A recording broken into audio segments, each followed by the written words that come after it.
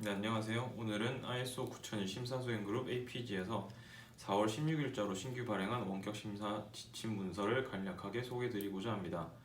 네, 기존 원격 심사 평가 관련 문서인 ISO 19011 및 FMD4 그리고 12에 비해서 신규 발행 문서는 심사 단계별로 지침을 상세하게 서술하고 있는데 이들 중 가장 핵심이 되는 부분 위주로 간략히 요약하여 말씀드리겠습니다. 네, 코로나 바이러스 범유행으로 인해 여전히 많은 국가들이 힘든 시기를 보내고 있는데요. 원격 심사 지침에 관한 APG 신규 발행 문서는 전염병과 같은 예외적인 상황에서 ICT 기술을 활용한 원격 심사를 수행할 때 참고할 수 있는 지침을 제공하는 데 그 목적이 있습니다. IAF 및 ISO 기술위원회 176의 전문가 심사원으로 구성된 QMS 관련 비공식 집단인 ISO 9001 APG에서 발행하는 문서는 요구사항이 아닌 특정 사항에 대한 이해를 돕고자 제공하는 정보의 성격이 강하므로 원격 심사를 수행해야 할 때 어떤 점을 고려해야 하는지를 생각하면서 보면 도움이 될 것 같습니다. 네, 우선 첫 번째로 지침서의 목차는 다음과 같습니다. 우선 기존 원격 심사 평가 내용을 담은 ISO 19011과 IFMD4의 주요 내용을 살펴보고 심사 단계별 공고사항, 그리고 마지막으로 ICT 기술을 활용하여 심사를 수행하기 전 해야 하는 리스크 및 기회 요인 식별 작업의 예시를 부속서로 두고 있습니다. 네, 그렇다면 원격 심사 수행 시 사용할 수 있는 ICT 기술 및 수단은 어떤 것들이 있을까요? 네, 다소 막연하게 느껴질 수 있지만 심사의 목적에 부합하는 기능을 수행하는 대부분의 소프트웨어 및 하드웨어 수단이 해당됩니다. IFMD4 0.2항은 스마트폰, 드론, CCTV, 웨어러블 기술, VR 및 인공지능을 활용한 가상의 플랫폼 등 그 범위를 넓게 보고 있습니다. 기술이 계속 진보, 발전하는 만큼 그 수단은 다양해질 것으로 생각됩니다. 네, ICT 기술을 활용한 원격 심사는 면대면 방법이 불가능 또는 바람직하지 않을 경우 정보 수집 등을 위한 ICT를 활용하여 심사를 수행하는 것을 그 정의로 합니다. IFMD4에서는 각 ICT에 대해 리스크 및 기회 요인을 문서화 형태로 식별하여 이에 기반하여 심사를 수행한다고 규정했습니다.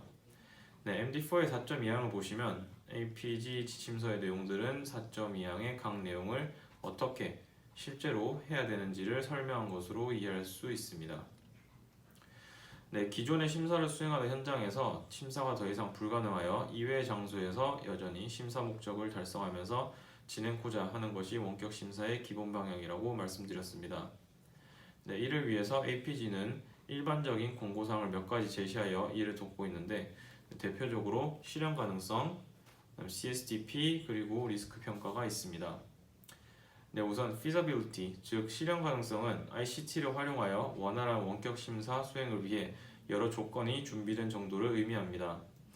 ICT 기술과 조작 역량이 심사원 및 피심사 조직에게 있는지, 우수한 온라인 연결 품질이 보장되는지 등인데 지침서는 이와 연계하여 리스크 분석 예시를 제공하여 이해를 돕고 있습니다. 네, 최종적으로는 실현 가능한지 여부를 세 가지 경우로 나눠서 보게 되는데요. 심사 목표의 달성 정도가 전체, 부분, 불가능으로 나뉘며 각각 원격 심사 진행, 원격 이후 현장 심사로 보완, 원격 심사 수행 불가라는 세 가지 결론이 도출되게 됩니다. 네, 두 번째 공고사항은 CSDP입니다. Confidentiality, Security and Data Protection의 약자로서 기밀 유지, 보안 및 데이터 보호로 ICT 활용을 위한 인증 관련 법정사항 및 고객 요구사항을 식별하고 합의하는 것을 의미합니다. 네, 기존 대면 심사에서 필수적으로 지켜야 되는 기밀 준수와 같은 부분이 ICT 기술의 영역으로 확장된 것으로 이해하면 쉬운데요. 네, 심사 증거 활용 목적으로 심사 대상의 특정 데이터를 스크린샷 찍는 것을 우선 금지하고 필요할 경우 합의를 통해 가능하게끔 하는 것이 대표적인 예시입니다. 또한 심사원과 심사 대상이 CSDP 요구사항 이행을 위해 ICT 활용 및 관련 조치에 동의하고 관련 합의 증거를 유효하게 남겨야 합니다.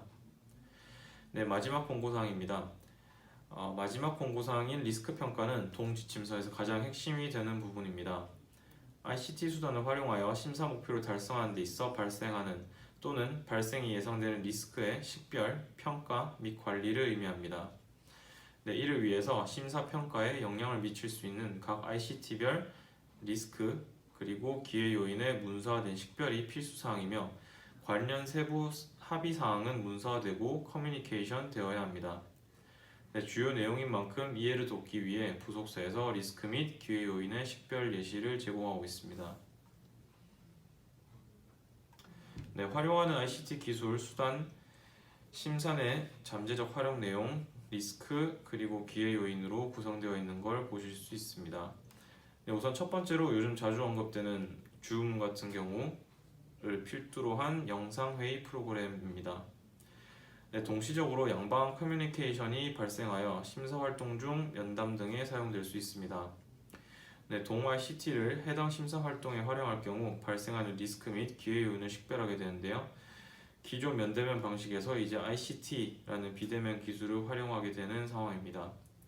네, 경영자 면담을 하는 경우를 한번 가정해 보겠습니다. 면대면 방식에 비해서 영상회의 프로그램인 줌을 활용할 경우 커뮤니케이션이 아무래도 질적으로 저하될 수 있고 보안 및 기밀 유지 이슈가 중요해지게 됩니다. 당연히 기록이 남기 때문이죠. 하지만 기회가 될 수 있는 요인에는 원격으로 있는 인원과의 인터뷰가 가능하다는 점, 이동 시간과 비용이 절약된다는 점이 있습니다. 네, 동시 및 비동시적 인터랙션이 진행되는지의 여부에 따라서 같은 ICT 기술이라도 차이점이 발생하게 됩니다. 네, 이렇듯 지금 보이는 예시 이외에도 부속서에는 다양한 예시가 제시되어 있으니 참고하시면 좋을 것 같습니다. 네, 코로나 사태로 인해 안전건강이 우려되는 와중에도 원격 기술을 활용한다면 보다 안전한 환경에서 심사 평가를 할 수 있겠네요. 다만 심사 목적 달성이 과연 되고 있는지에 대해서는 지속적인 모니터링과 확인이 필요할 것으로 보입니다. 네, 이상 APG 신규 발행 문서인 원격 심사 지침서의 주요 내용을 요약해 보겠습니다. 네, 감사합니다.